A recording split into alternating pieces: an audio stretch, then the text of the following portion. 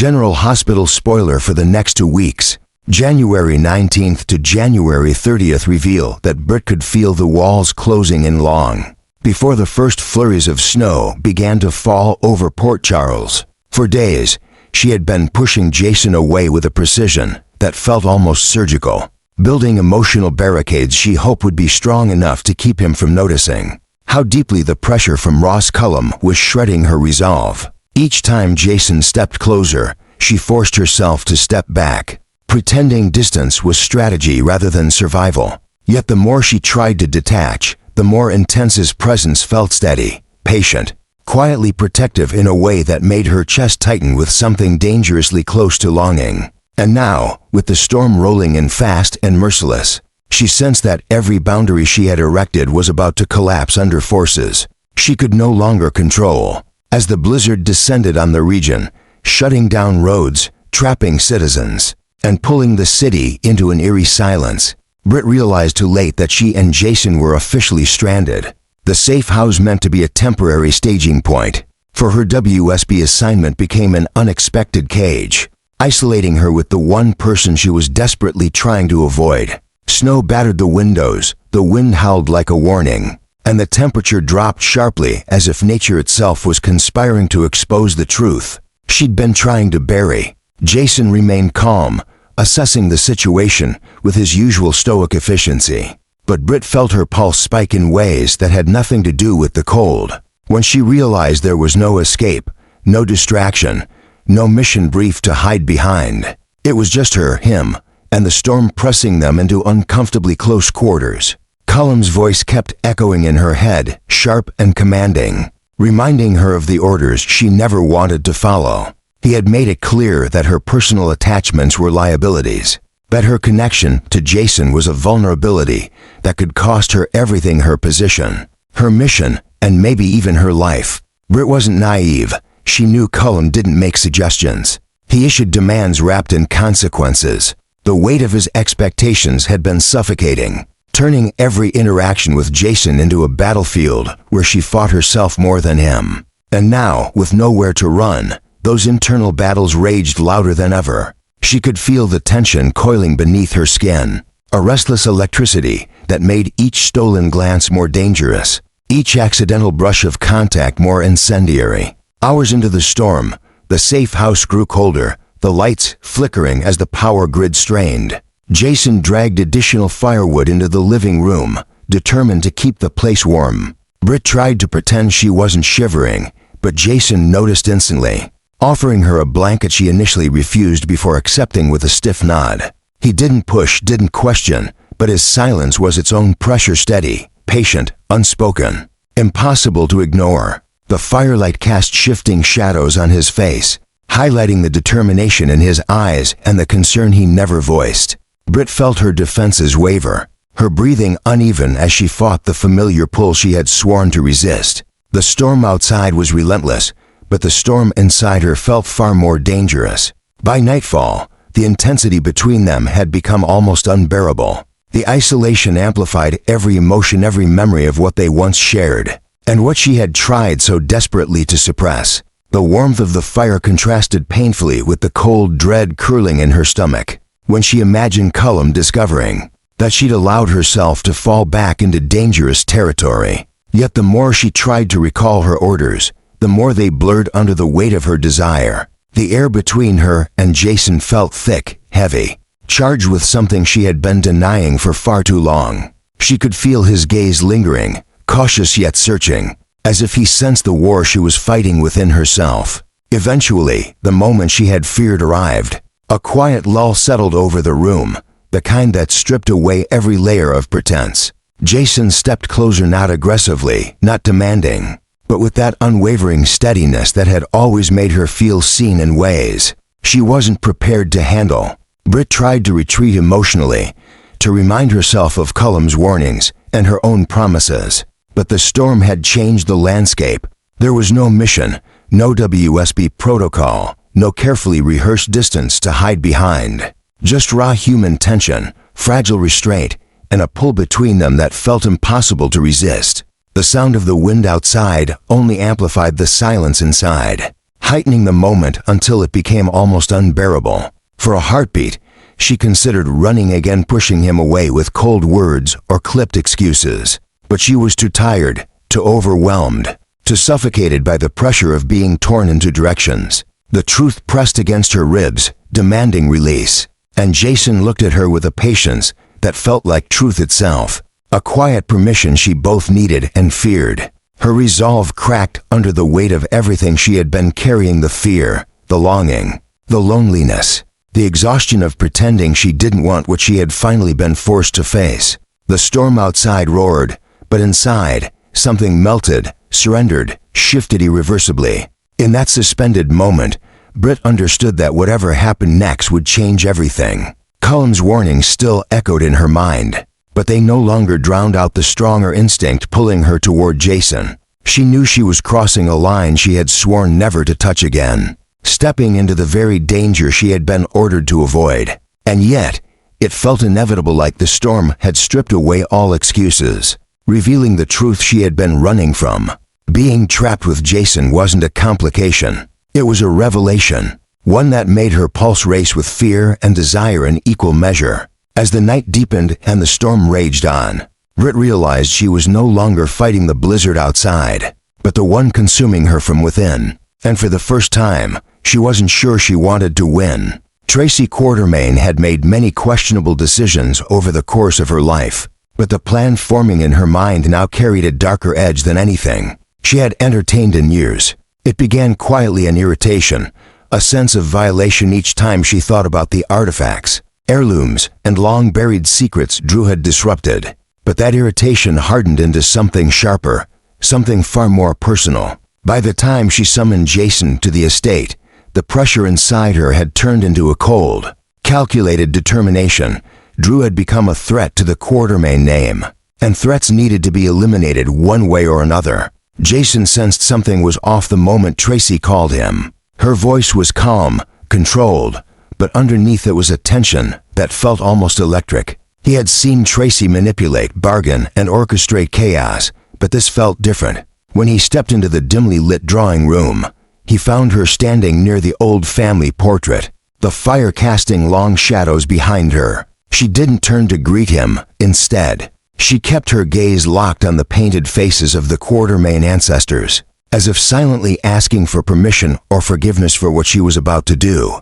Her offer came wrapped in politeness, but Jason recognized the steel beneath the surface immediately. To regain the Quartermain heirlooms that had been scattered, stolen, or mishandled during the recent turmoil, Jason would have to make a choice. Tracy insisted she had a path, a strategy, a solution. But it was clear she wasn't simply asking for his cooperation. She was pushing him toward a direction she had already chosen, a direction that pointed straight toward Drew. The more she spoke, the more Jason felt the shift. This wasn't just about property or family history. It was about control, vengeance, and a growing obsession Tracy could no longer disguise. Tracy believed Drew had destabilized the delicate balance within the family, and she was convinced he would continue to unravel everything if no one intervened. Her anger had curdled into obsession, and that obsession had become its own kind of gravitational force, pulling every decision she made into its orbit. Jason could see it in her eyes, sharp, restless, almost feverish. She didn't simply want the heirlooms restored. She wanted Drew erased from the equation entirely, wiped away like an error in judgment. She wanted to restore the Quartermain legacy on her own terms, even if it meant igniting a war within the family. As she spoke, Jason realized Tracy wasn't trying to hide her motives anymore. She was past the point of subtle maneuvers. This was a woman who had spent her entire life fighting for control over a family that rarely listened to her, and now, pushed to the edge, she was prepared to take drastic steps to reclaim what she believed was hers. She talked about legacy, about responsibility, but beneath every word was the unmistakable pulse of fear, the fear of losing relevance, losing authority, losing the illusion that she could still protect the Quartermain dynasty. Drew had become the embodiment of everything slipping through her fingers. Jason stood silently, absorbing every nuance of her proposal. He understood Tracy too well to dismiss her concerns entirely, but he also recognized the danger in her tone, a danger that could spiral far beyond heirlooms. or family politics. Tracy was a storm gathering strength, and she expected him to stand at the center of it. She wanted him to be the one to act, the one to restore order, the one to do what she couldn't openly do herself. But Jason also knew that stepping into Tracy's plan meant stepping into a shadowed territory, where loyalty and morality blurred until nothing remained but the consequences. Tracy mistook his silence for consideration, not hesitation. She pressed harder, framing the situation as an opportunity instead of manipulation. She painted Drew as irresponsible, volatile, a threat to the stability Jason had once fought to protect. But Jason couldn't ignore the deeper truth. This wasn't about Drew's actions. This was about Tracy's obsession, and obsessions had a way of devouring everything around them. The way she spoke about adjustments and necessary corrections sent a chill through the room. It was as if she had rewritten the world in her mind, casting herself as the last guardian of a legacy only she could preserve. As the conversation unfolded, Jason realized Tracy wasn't merely asking him to retrieve family belongings. She was crafting a narrative where Drew's removal socially, legally, or in the shadows became inevitable. She wanted him out of the picture, erased from the future she envisioned for the Quartermains. And the most alarming part was how calm she was about it, how certain. Her obsession had taken root so deeply that she no longer recognized the line between protection and destruction. She believed she was saving the family by targeting one of its own. Jason knew that if he accepted her offer, he would be walking into a battle that could reshape every relationship he had left. Yet if he refused, Tracy might spiral even further, enacting her own plans without him, plans that could endanger Drew, destabilize the family, or unleash fallout no one was prepared to face. The weight of her expectation pressed heavily on him. Tracy saw him as the only one strong enough, loyal enough,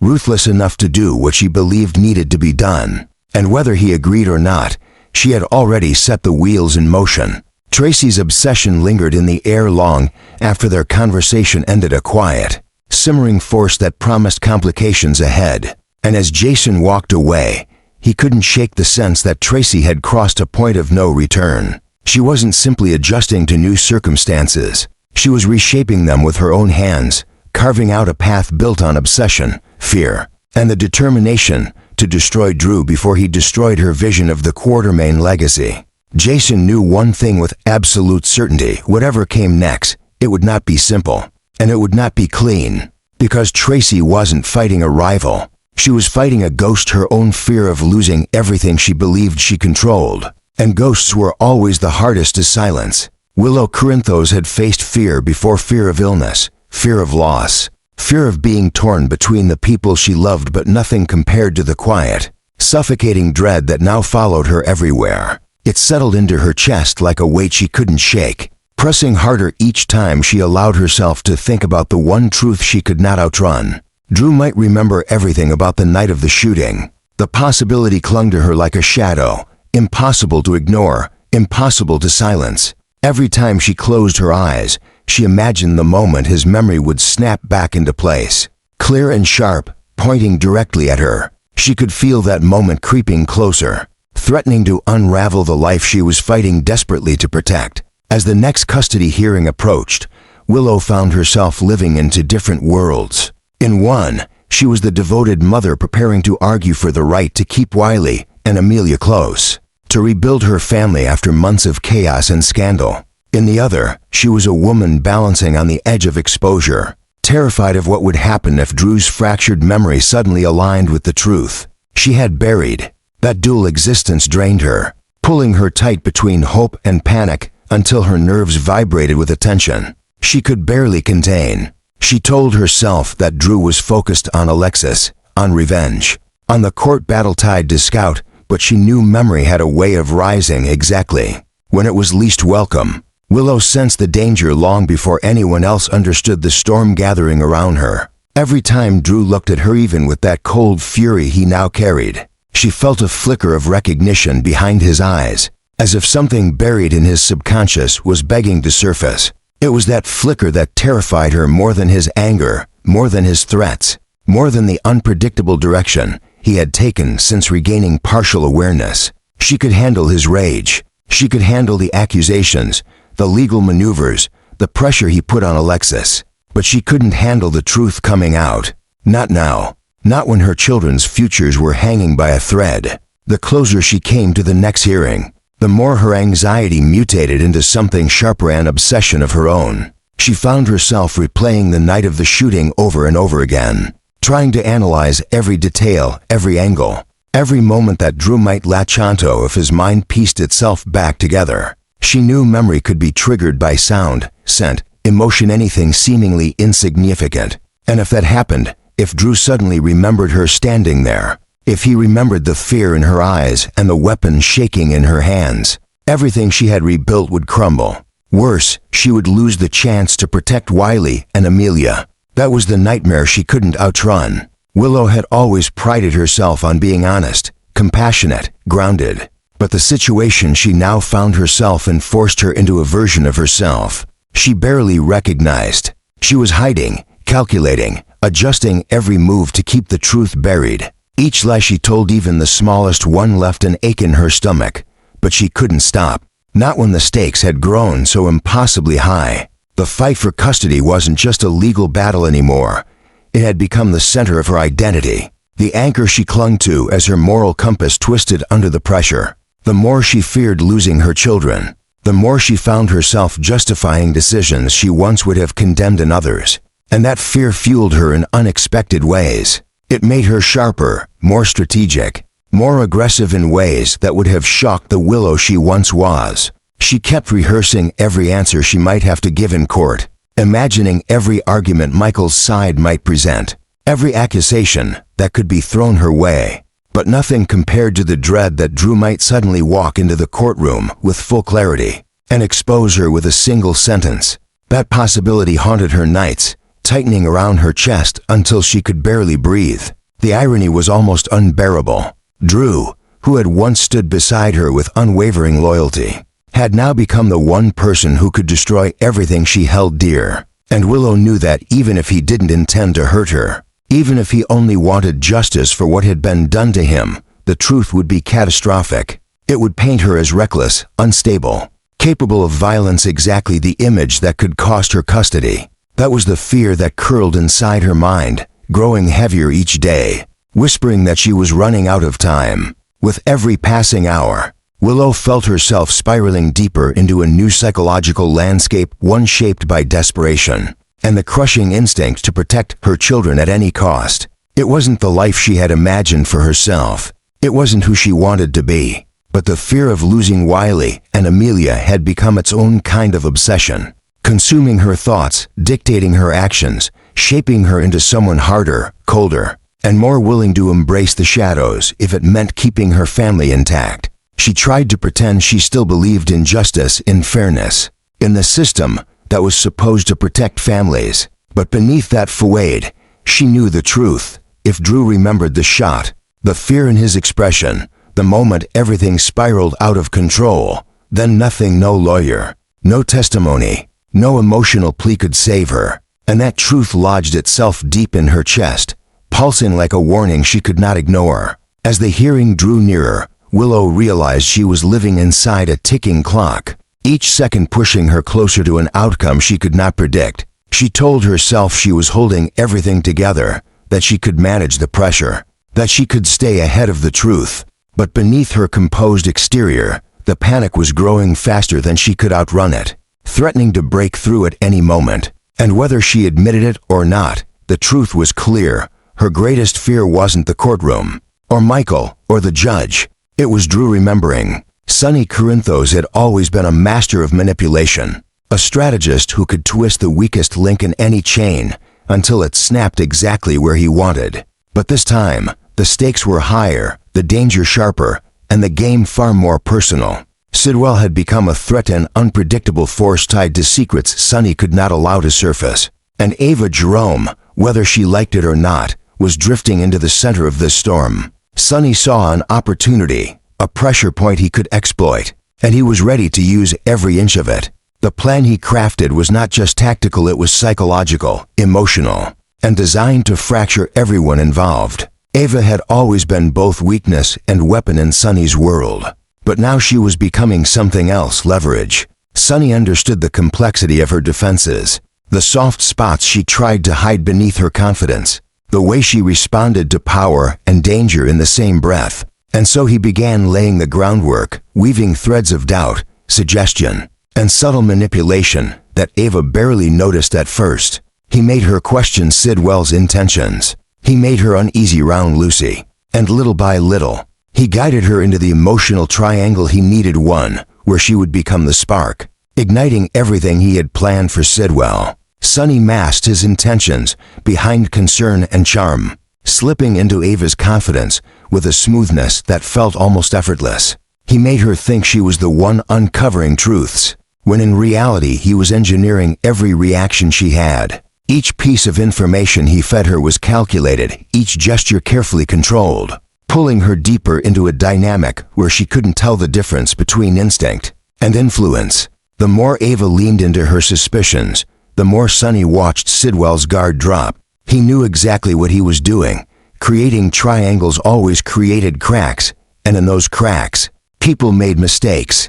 Lucy, meanwhile, became another tool in Sonny's plan. Not because she intended to participate. Lucy was unpredictable in all the ways he needed, but because her presence added fuel. She was impulsive, emotional, eager for attention, and Sonny understood how easily she could inflame a situation without ever realizing. She was being used. By quietly nudging her into Sidwell's orbit, by suggesting opportunities, by planting assumptions only Lucy would latch onto. Sonny built the tension necessary to fracture the balance Sidwell relied on. And once the tension began, it was only a matter of time before chaos followed. Yet under the surface of Sonny's calculated moves lay something more complicated. Sidwell was not simply an enemy, he was a threat Sonny believed only he could neutralize. The adjustments Sonny had started making in his life were born from necessity, but they had evolved into something darker, more personal. He had convinced himself that the only way to protect the people closest to him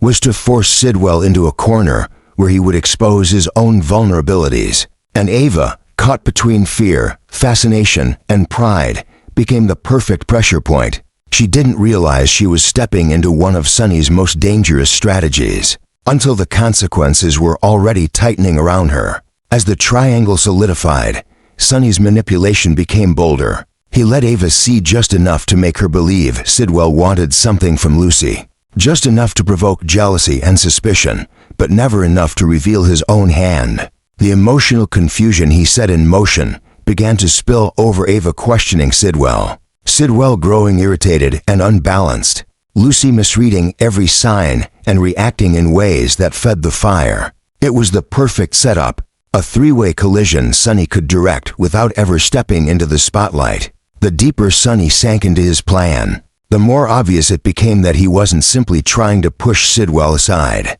He wanted to destroy him, not with bullets, not with threats, but by dismantling the relationships Sidwell relied on, undermining his stability, isolating him emotionally, and ensuring he made the kinds of reckless decisions that would expose his weaknesses to the world. Sonny wasn't fighting an enemy in the shadows, he was shaping a downfall, one calculated emotional fracture at a time, and he justified every move to himself with a simple truth he repeated like a mantra. Sidwell had become too dangerous to tolerate, but there was another truth Sonny refused to acknowledge. The deeper he pushed Ava into the triangle, the more he jeopardized his own control. Ava was unpredictable, complex, and emotionally volatile. Manipulating her always came with consequences, and Sonny knew that if she discovered the truth, if she realized she was being moved like a chess piece, it would ignite a fury even he couldn't contain. Yet he pressed forward anyway, driven by the certainty that this was the only path left. As the days unfolded, the tension among Ava, Sidwell, and Lucy thickened into something almost combustible. Sonny watched from the edges, calm and collected, adjusting the situation whenever necessary, an unseen conductor orchestrating chaos. Every shift, every emotional reaction, every miscommunication tightened the trap around Sidwell. And with each adjustment Sonny made, his obsession deepened. He wasn't manipulating simply to win. He was manipulating to destroy. It was a transformation he didn't recognize in himself yet, but one that was becoming undeniable. By the time the triangle reached its breaking point, Sonny's plan had evolved into something far more dangerous than the emotional game he had intended. He wasn't just destabilizing Sidwell. He was destabilizing himself, and the line between protector and destroyer, the line he had once walked with precision, began to blur in ways that promised consequences he could no longer predict. Because the truth was simple, Sonny hadn't just set a trap, he had stepped into one.